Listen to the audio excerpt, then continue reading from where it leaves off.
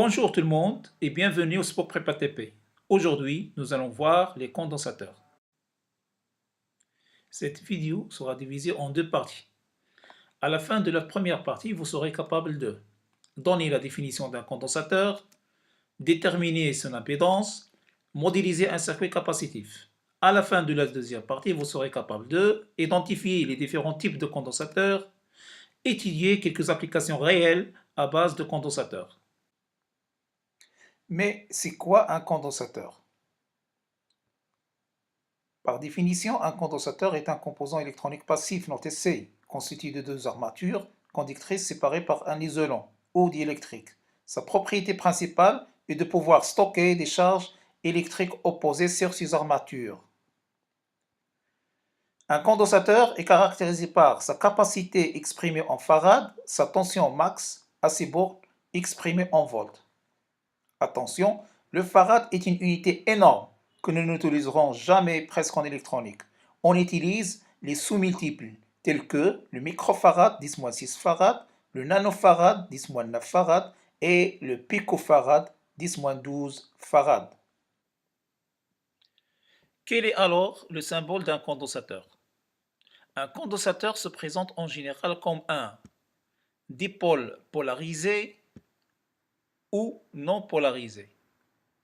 Notez bien, la présence d'un signe plus indique qu'il s'agit de condensateurs qui ne peuvent servir qu'en courant continu. Passons maintenant au concept d'impédance. C'est quoi l'impédance? L'impédance mesure l'opposition d'un dipôle au passage d'un courant électrique alternatif sinusoïdal. C'est le rapport entre la tension U et le courant I, noté en général Z. Attention, la définition de l'impédance est une généralisation de la loi d'Ohm au courant alternatif. On passe alors de R égale U sur I en continu à Z égale toujours I sur I, mais cette fois-ci en courant alternatif sinusoïdal. Dans ces conditions, quelle est alors l'impédance d'un condensateur? L'impédance Z d'un condensateur est un nombre complexe noté en général ZC égale 1 sur G oméga C, avec oméga la pulsation en radians par seconde, oméga égale 2πf, f c'est la fréquence en Hertz. ZC a comme module 1 sur oméga C et argument moins π sur 2. Notez bien, on préfère utiliser la notation complexe pour faciliter les calculs. Démonstration. En fait, par définition, ZC égale UC, tension au bord du condensateur, sur le courant IC. Or, comme vous savez, le courant I, ce n'est que la dérivée de la quantité de charge qui rentre par rapport à d de t. Et d de Q, ce n'est que C, la capacité, fois d de U. On remplace, dans ces conditions, I égale C, dérivée de U par rapport à d de t. Avec, en notation complexe, U égale E, c'est la valeur max, exponentielle de J oméga t. Oméga égale 2πf, c'est la pulsation en radians par seconde. Notez bien, on considère que la phase phi égale à 0.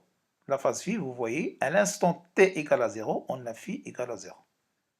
Donc cette grandeur sinusoïdale qui représente la tension constitue d'une alternance positive et d'une alternance négative avec une valeur maximale E et une fréquence F égale 1 sur T peut être en notation complexe modélisée par grand E exponentielle de J oméga T. Revenons à notre courant. Donc I égale C fois E, c'est une constante, elle sort de la dérivée. Donc E, dérivée exponentielle de J oméga T par rapport à d de t. Et comme vous savez, la dérivée la plus simple, c'est la dérivée d'un exponentiel. Donc ce qui donne C exponentielle J oméga exponentielle de J oméga T. On déduit alors ZC égale, c'est le rapport par définition entre la tension en notation complexe, on a dit c'est E exponentielle de J oméga T, sur le courant qu'on vient de calculer, c'est C fois E, valeur max, J oméga exponentielle de J oméga T.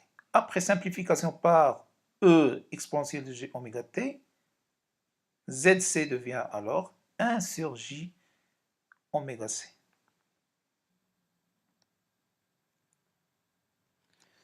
Voyons maintenant l'interprétation physique de cette impédance. En fait, le module représente la valeur de l'impédance exprimée en ohms. Il représente l'opposition de cette impédance au passage du courant. L'argument, moins π sur 2, représente le déphasage phi de la tension par rapport au courant. Z, par définition, c'est le rapport entre la tension et le courant. L'argument de Z, qui représente le déphasage, ce n'est que l'argument de la tension moins l'argument du courant. C'est pourquoi on dit le déphasage de la tension par rapport au courant. Ainsi, un déphasage négatif signifie que la tension est en retard par rapport au courant. Et ça se voit sur la figure suivante. On voit ici une tension en retard de π sur 2 par rapport au courant. Donc on voit ici, le courant il est en avance de π sur 2. La tension elle est en retard de π sur 2, ce qui explique un déphasage négatif. Cela s'explique facilement avec le diagramme des phases. À t égale à 0, phi de la tension, la phase de la tension égale à 0, ce qu'on le voit ici. À t égale 0, la phase du courant phi égale à π sur 2, on le voit ici. Donc on voit ici que le courant il est en avance par rapport à la tension de π sur 2. Et la tension est en retard de moins π sur 2. La figure suivante représente le diagramme d'impédance. Ce diagramme montre très bien que ZC égale à 1 sur GC oméga qui est égal à moins J sur C oméga. Donc c'est un imaginaire pur. Quelle est maintenant l'impédance d'une résistance? L'impédance complexe d'une résistance, c'est R tout simplement, puisque U égale à RI. Notez bien, la tension et le courant sont en phase. Donc on voit très bien que tension et courant sont en phase. Déphasage égale à 0. Aussi dans le diagramme de phase, on voit courant et tension sont en phase. Puisque R, c'est un réel pur. Donc ZR égale à R. Passons maintenant au circuit capacitif RC.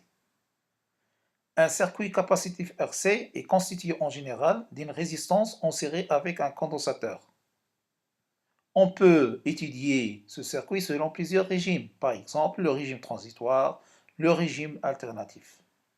En régime transitoire, un circuit capacitif RC est caractérisé par sa courbe de charge. Cette courbe exponentielle est modélisée par l'équation suivante.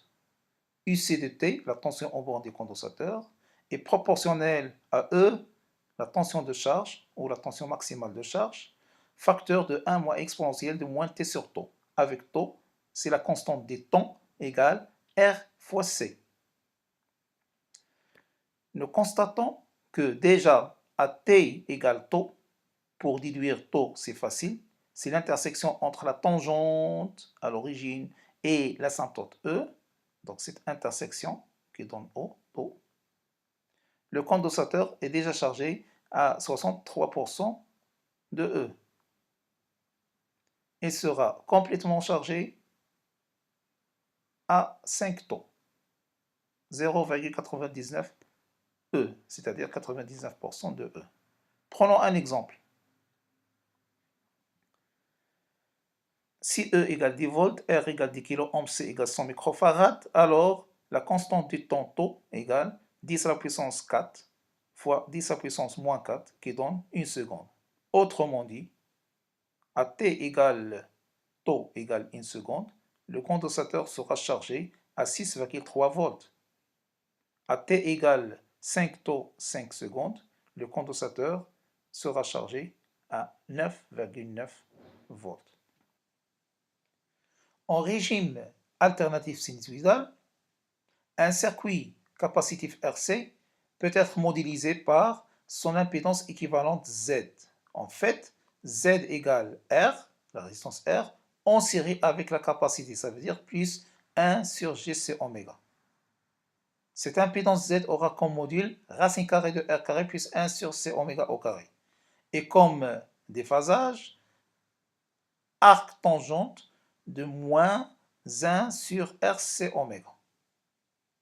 Le diagramme d'impédance peut facilement représenter Z.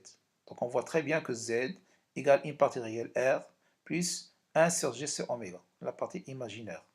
Et à partir de ce diagramme de phase, on déduit que phi, le déphasage, entre la tension et le courant, elle est négatif. Et un déphasage négatif veut dire tout simplement que la tension V est en retard par rapport au courant I. Voilà, elle est en retard d'un déphasage phi. Donc, ce qu'il faut retenir, si vous avez un déphasage négatif, ça veut dire qu'il s'agit d'un circuit capacitif. Et ce circuit veut dire bien que la tension V, elle est en retard par rapport au courant I.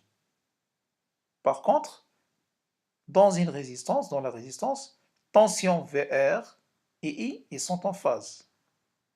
Et la tension aux bornes VC aux bornes des condensateurs, la voici, elle est en retard de 90 degrés. On voit très bien ça dans le diagramme des phases. Donc la tension aux bornes de C, elle est en retard de 90 degrés par rapport au courant. Et la tension aux bornes de l'impédance Z, la voici V, elle est en retard d'un déphasage phi qui est égal arc tangente de moins 1 sur RC oméga. Enfin, dans la deuxième partie, nous allons voir quels sont les types et les applications des condensateurs. À titre d'exemple, l'application des condensateurs dans les smartphones, dans vos écrans tactiles, dans les alimentations, et aussi nous allons voir comment identifier et lire un condensateur dans un circuit réel, bien sûr. Merci de votre attention et à la prochaine.